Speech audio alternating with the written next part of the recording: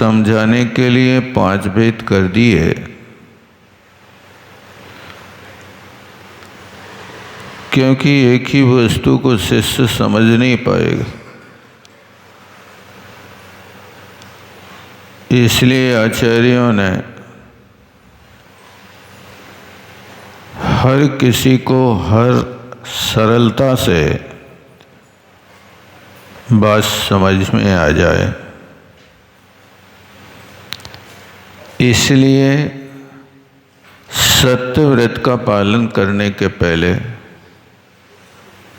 ये अभ्यास कर लो। जितना हो सके उतना उद्वेग का त्याग कर दो।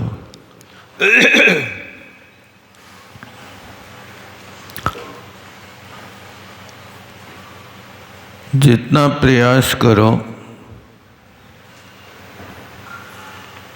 लालच का त्याग कर दो।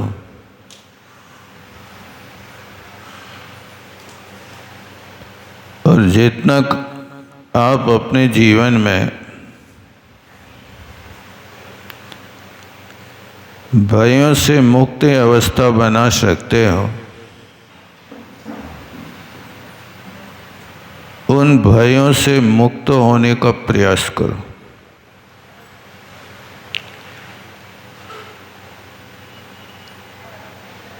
क्योंकि लोग सोचते हैं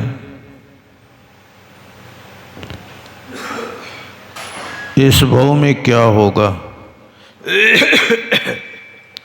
या परभव में क्या होगा।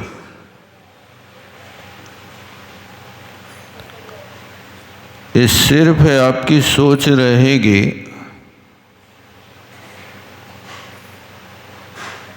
बाकी आपके सामने कोई केवली भगवान तो है नहीं है कि क्या होगा, तुम कहाँ जाओगे।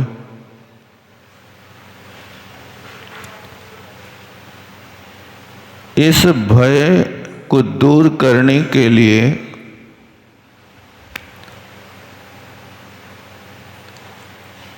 बस इतना समझने लगो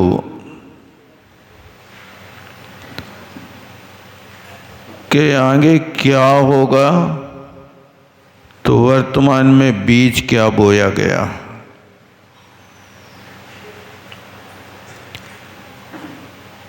यदि पाप का बीज बोया है तो दुर्गति का फल मिलेगा, और पुण्य का बीज बोया है तो पुण्य फलाय अर्हंता, पुण्य का फल अर्हंत पद होगा। ये आचार्यों ने आपसे कहा। जब ये बात स्पष्ट कर दी कि पाप का बीज दुर्गति का फल है और पुण्य का बीज अनंत फल है, तो भयभीत होने की क्या आवश्यकता है। आप तो स्वयं सोच लो कि हम बीज पाप का बो रहे कि पुण्य का बो रहे।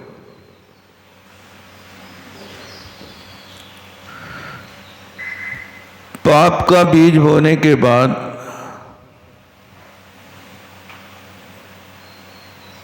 दुर्गति से व्यक्ति को भगवान भी नहीं बचा सकता।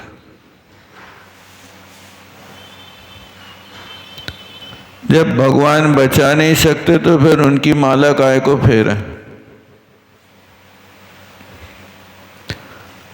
माला जब फेरते हो तब तो पापों के त्यागी हो जाते हैं ना। क्या माला फेरते समय भी पाप करते हो? उतने समय में तुमने जो पुण्य बांधा है उतने पुण्य से अरहंत नहीं बनते।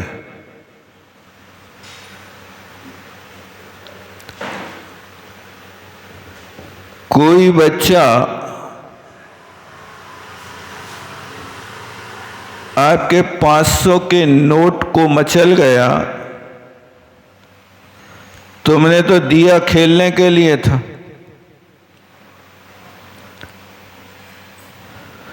अब उस बच्चे को ना 500 का ज्ञान है, ना 50 का ज्ञान है, ना 5 का ज्ञान है।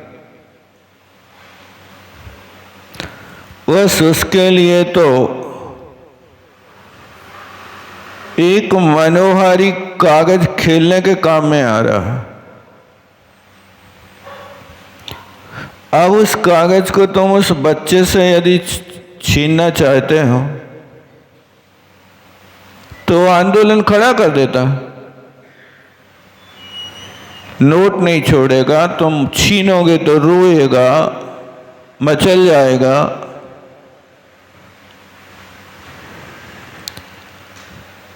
तो आपको नोट की कीमत है। अब उस बच्चे को समझाने के लिए आपने एक नकली नोट बच्चे को पकड़ा दिया। बच्चा समझ गया कि हमें तो नोट से मतलब है, असली नकली की तो बात उसके सामने है ही नहीं।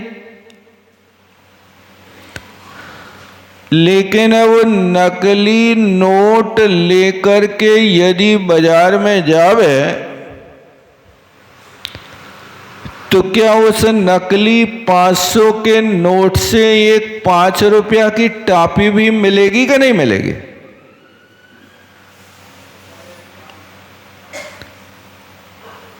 क्यों नहीं मिलेगी? नोट तो है,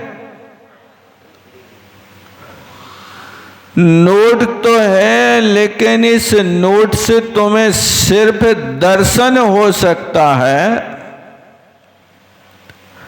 मनोरंजन हो सकता है, आजीविका नहीं चल सकती। इसी तरह उस बच्चे की तरह नकली 500 नोट की तरह यदि किसी ना समझने पुण्य मान लिया और उस पुण्य से कहे कि अब तो हमें ऊपर 16वें स्वर्ग में ही जाना है, बेटा ये आपकी कल्पना हो सकती है। जब पता है कि नकली 500 के नोट से एक 5 रुपया की टॉफी भी नहीं मिलेगी, तो नकली पुण्य से तुम 16वें स्वर्ग की बात तो छोड़ो, क्या भवनत्रकों में भी उत्पन्न हो पाओगे कि नहीं हो पाओगे? क्योंकि कोई भी घटिया क्वालिटी की आयु देव आयु बंद करना हो तो उस देवायु के बंद के लिए पीत लेस्या के परिणाम तो चाहिए ही चाहिए। कृष्ण नील कापोत लेस्या में देवायु का बंद होते ही नहीं। अब इस परिस्थिति में उस नकली नोट को कोई असली मान लेवे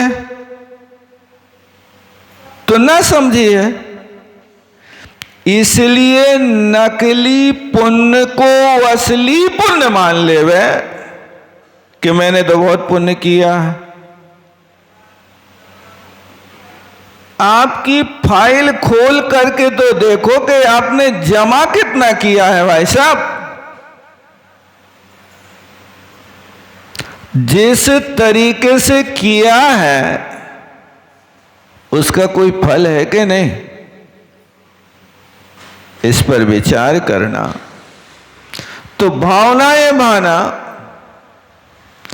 लेकिन ऐसी भावनाएं भाना असली नोट की तरह। क्रोध का त्याग तो किया, लेकिन अब कई लोग कहने लगते हैं कि अंदर क्रोध तो भरे आया, निमित्त मिल गया, अब जा तुझे क्षमा करते हैं, महाराज ने कही थी क्रोध ने करियो सो हम छोड़ देते हैं। नहीं तो तुम्हें धूल चटा देता। बेटा ये नकली क्रोध का त्याग है, ये असली त्यागी नहीं हो। महाराज का सामने तो सपोर्ट ले रहे हो, अंदर ज्वाला तो भभक ही गई ना।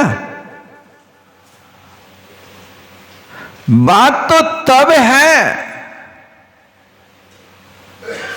कि वस्तु समझ करके और सामने वाला दुश्मन खड़ा है और उसके बाद कहा जाए भैया तुम बड़े उपकारी हो, मेरी परीक्षा ले रहे हो और मैं पास हो रहा हूं, आपको बहुत बहुत धन्यवाद।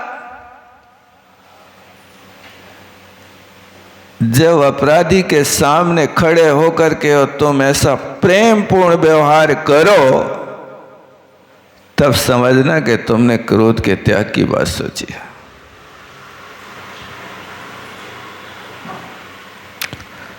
कोई 1000 रुपया का रिश्वत का लिफाफा पकड़ा है और आपका मन बिल्कुल ना चले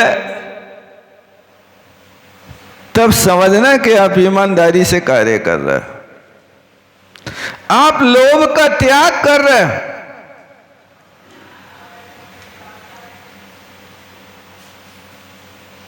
प्रद्युमन कुमार जी बैरागी हो गए,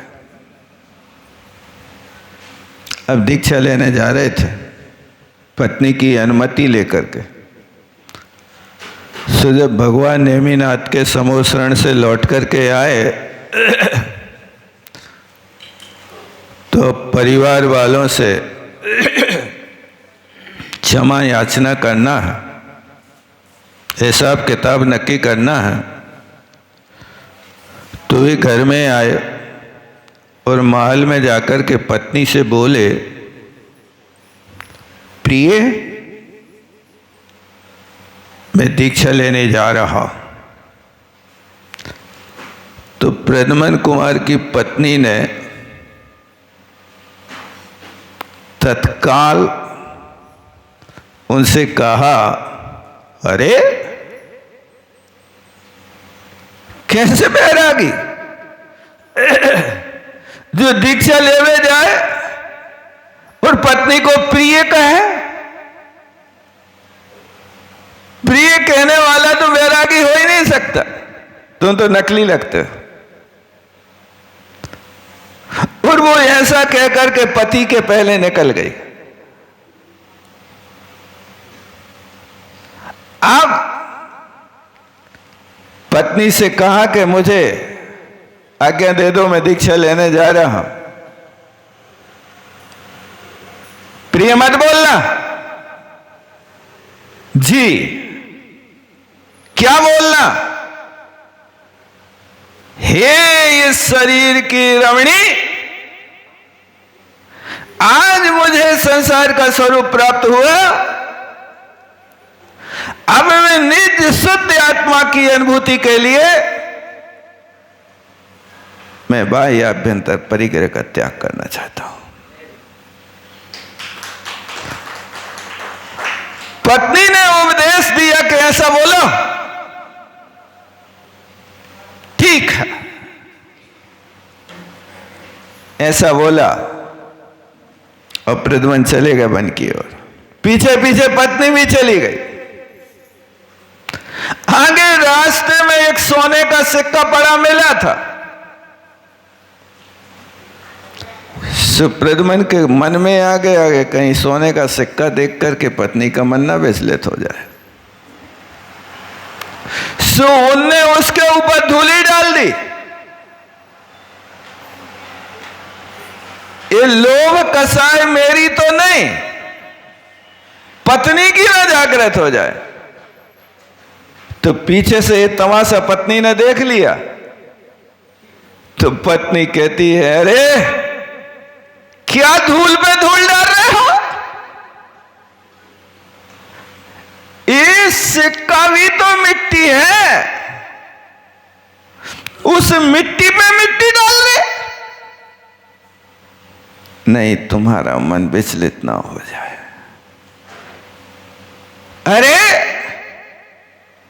मन हमारा सोचता पर आई, अपनी तो सोच। आज समझ में आ गया कि गुरु तो गुरु ही रहे, चेला शक्कर हो गया। हम तो सोच रहे थे कि कहीं इसका मन लालच में ना आ जाए। ये होता है लोभ त्याग की भावना, वो सत्यव्रत है, वो सत्यव्रत की भावना है। और भीरत्व त्याग में जिन्हें कछु नहीं चाहिए वे साहन कैसा है, काय का भय। जब तक भय नहीं आता तब तक भयभीत होना चाहिए, और भय सामने खड़ा हो जाए तो संघर्ष करना चाहिए, डरना नहीं चाहिए। जब तक नहीं आया कोई बात नहीं, जब सामने आएगा तब देखेंगे। ये निर्भयता उन किसानों के बच्चों से सीखो जो अकेले जंगल में महुआ बीन करके आते हैं। अभी कुछ दिन पहले एक समाचार देखा था, जंगल में महुआ बीनने के लिए बच्चा गया 13 साल का, उसके सामने एक तेंदुआ आ गया, तो 13 साल का बच्चा तेंदुआ से भिड़ गया और उसने उसकी गर्दन पकड़ करके ऐसा पछाड़ा कि तेंदुआ को भागने के लिए दिशाएं पता नहीं चली कि कहां जाना। आप विचार करो, एक 13 साल का बच्चा शेर से लड़ सकता है, तो आप तो निरी सिंह हो। कर्मों से भी लड़ने की आदत डालो। शेर से भी बड़े बलवान कर्म होते हैं, शेर को पछाड़ सकते हो, लेकिन मोहिनी कर्म को पछाड़ने की शक्ति सबके पास नहीं होती है। सबसे दुर्धर शेर है तो मोहिनी कर्म है।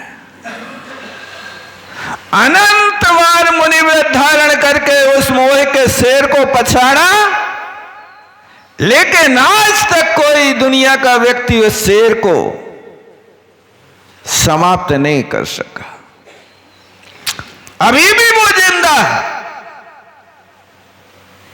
उसके पास ऐसी शक्तियां हैं कि एक एक प्रकृति की सारी लोक में उसकी सेना फैली है। अनिर्वा रुद्रे कस्त्रौवन जयी काम सोटा। उस मोहिनी कर्म में एक नौ कसाय है, नौ कसाय में एक वेद कर्म है। उस वेद कर्म के लिए लिखा त्रिभुवन जयी, एक छत्र राज है तीनों लोकों में, तो उसका काम सोवटा। कंस के सोवट चाणूर को तो कृष्ण ने पछाड़ दिया, लेकिन काम के सोवट को पछाड़ने वाले बहुत दुर्लभ है, बहुत दुर्लभ है। इसलिए जिनने उनको पछाड़ा उनके लिए कहा त्रैलोक पूज्य ब्रह्मचर्य है। बहुत दुर्लभ बात है। इसलिए भय के कारण भी लोग झूठ बोलते हैं। निर्भय बनो। और फिर अगली बात कही हास्य प्रत्याख्यान। हंसी मजाक करने की कई लोगों की एक आदत रहती है। सबसे पहली बात तो ये रखना कि जो हमेशा दूसरों को हंसाने की और अपने कुछ जादू टोना दिखाने के मूड में रहते हैं, हास्य मजाक करते हैं, वे लोग मर कर के गंधर्व जाति के देव होते हैं, यदि देवायु का बंद कर ले तो। और ऐसे कोतकी लोग या तो असुर कुमार जाति के देव होते जिनको कोई व्यक्ति नहीं मिलता तो वे नारकियों को जाकर के भिड़ाते हैं। इसलिए ज़्यादा हंसी मजाक पे श्रद्धा नहीं रखना चाहिए। मजाक के एक शब्द ने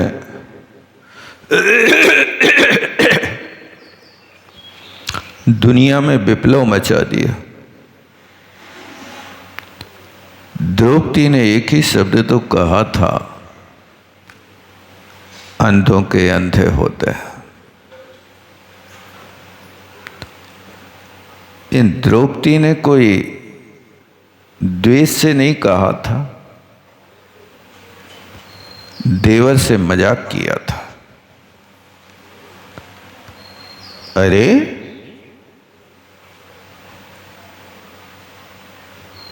तुम्हें इतना भी समझ में नहीं आ रहा कि यहां फर्श है कि पानी है? क्योंकि दुर्योधन जब द्रौपदी के महल में गया तो एक स्थान पे ऐसा फर्श लगा था कि जिसमें लहराता हुआ पानी जैसा लग रहा था। तो उस फर्श में उतरने के लिए दुर्योधन ने अपने वस्त्र आदि ऊपर चढ़ा लिए कि गीले ना हो जाए, और जैसे ही उसमें प्रवेश किया तो फर्श यहां विभ्रम हो गया। और दूसरी जगह ऐसा था कि जहां पर पानी था लेकिन फर्श जैसा लग रहा था। सो वहां गया और एक पांव रखा और धड़ाम से गिर गया। सो बस द्रौपदी ने ये हाल अपने झरोके से देख लिया और हंस करके उसने मजाक में कह दिया, अंधों के अंधे होते हैं। इतनी तीखी मजाक मत करो कि सामने वाले के हृदय में जख्म हो जाए। मजाकिया तो होना, अल्प कौतुकी होना तो ये आचार्यों का भी लक्षण लिखा कि आचार्य को भी अल्प कौतुकी होना चाहिए। तो प्रश्न किया मूलाचार्य में कि आचार्य को अल्प कौतुकी होने की क्या आवश्यकता? बोले आचार्य महाराज तो सागर की तरह वैसे ही गंभीर है, सायर में गंभीरा, लेकिन इतनी गंभीरता यदि हमेशा शिष्यों के सामने रखें तो वे शिष्य ऊब जाए और वे फिर घबरा करके आचार्य महाराज से दूरियां बना लें। इसलिए थोड़ा तो होना चाहिए, लेकिन बस इतना हो कि जैसे साहुन में फुर्रैया आ जाती ना, कोई छत्ता नहीं खोलता उस समय, जानता है कि इससे हम गीले नहीं होंगे। लेकिन ये फुर्रैया यदि थोड़ी ऊपर से इत्र की तरह छिटक जाए और साल में वो पहली बारिश की फुर्रैया शरीर पे लग जाए तो साल भर के दांत खाद से हुआ सब मिट जाए। वो भी औषधि का काम करते। इसी तरह आचार्य परमेष्टि का वो अल्प कौतिक होना ये एक आनंद का कारण होता है, इससे आनंद का वातावरण बना रहता। लेकिन इतनी गहरी मजाक नहीं करना कि जिससे सत्यव्रत दूषित हो जाए, सत्यव्रत में ठोकर लग जाए। कई लोगों की ऐसी आदत होती है कि जहाँ कहीं भी जिस किसी को छेड़ देना। नहीं, आप अपने वचनों में हमेशा एक सौहार्दपूर्ण व्यवहार करने की कोशिश करो। तो सत्यव्रत की भावना के लिए इन 4 चीज़ों का तो त्याग करना। कौन सी 4 चीज़ें त्याग करना? गुस्सा नहीं करना, लोभ नहीं करना, भयभीत नहीं होना और हंसी मजाक नहीं करना। ये 4 का त्याग और 1 का आचरण, अनुबीची भाषण। अनुबीच भाषण का अर्थ होता है निर्बद्ध अर्थात निर्दोष वचनों का प्रयोग करना। संशय, विभ्रम, मोह त्याग आपो लख लीजिए।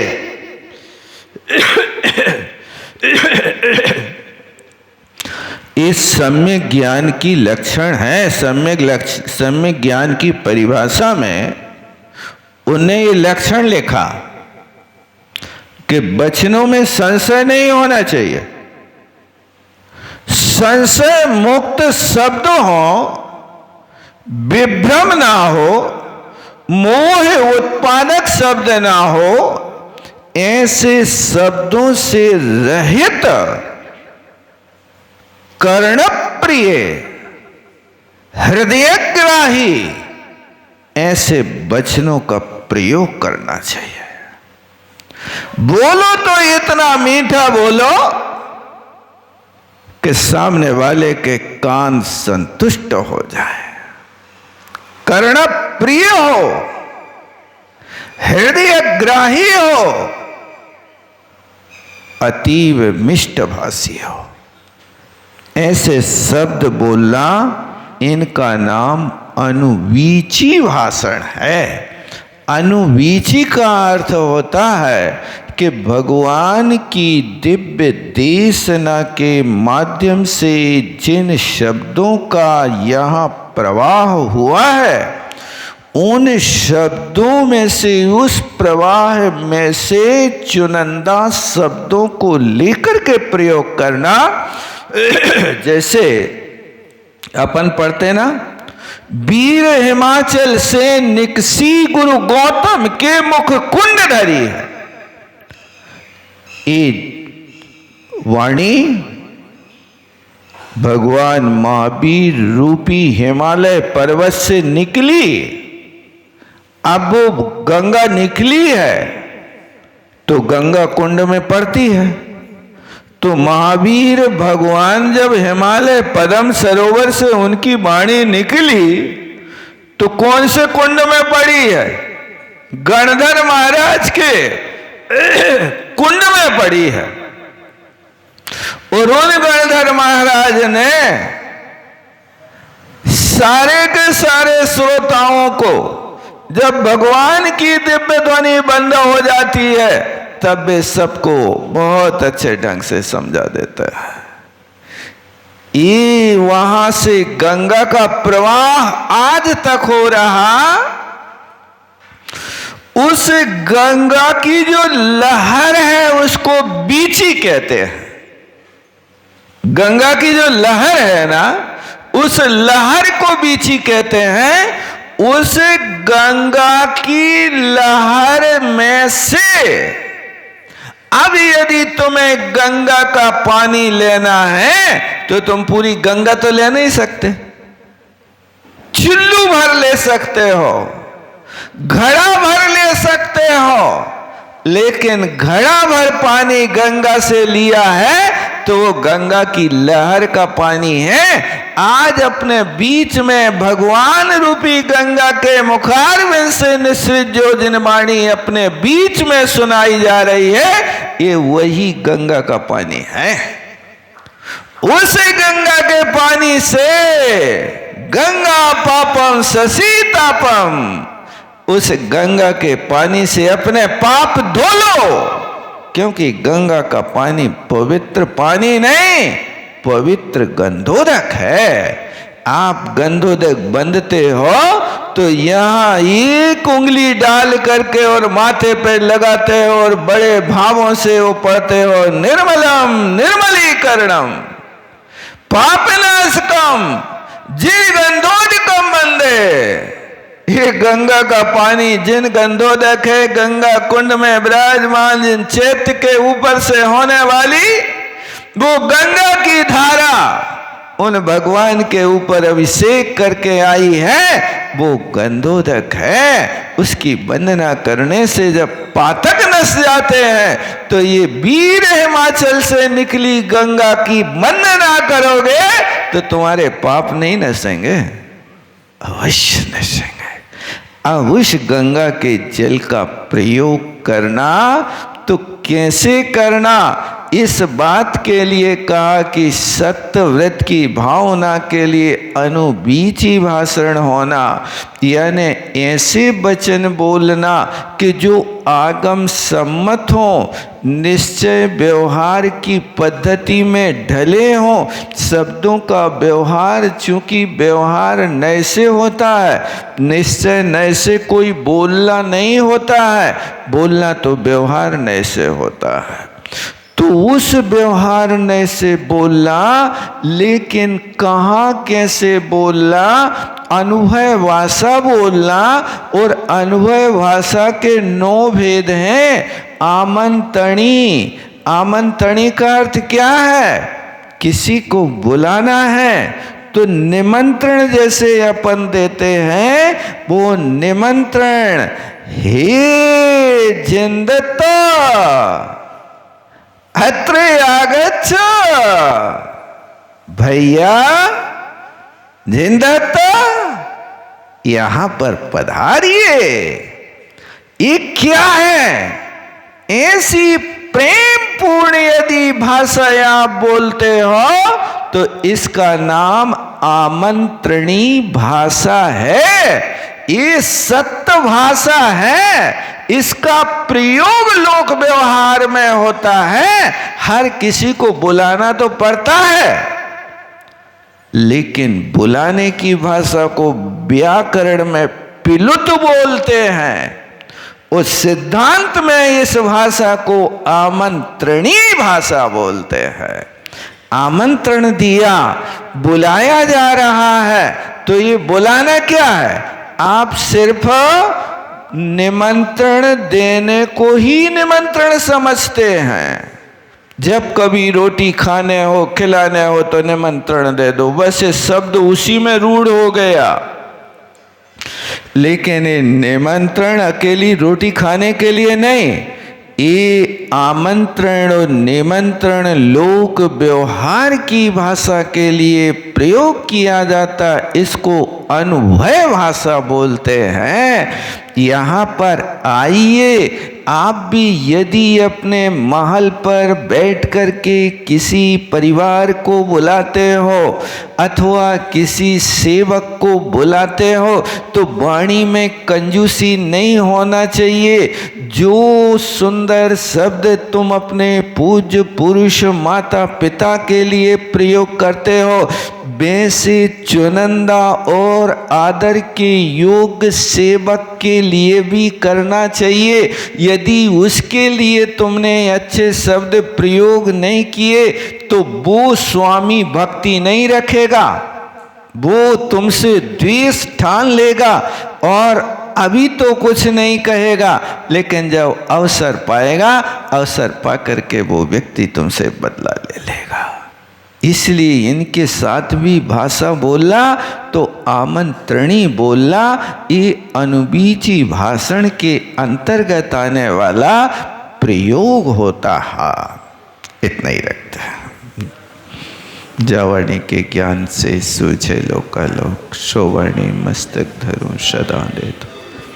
हे जिनवाणी भारती तो जपों नैन, जो तेरो शरणांग है सो पावे सुख।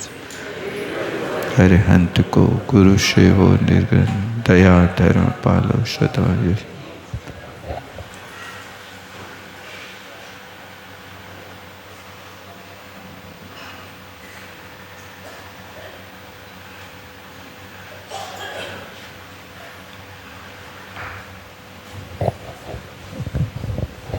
बोलो द्वादश संघ जिनवाणी माता की।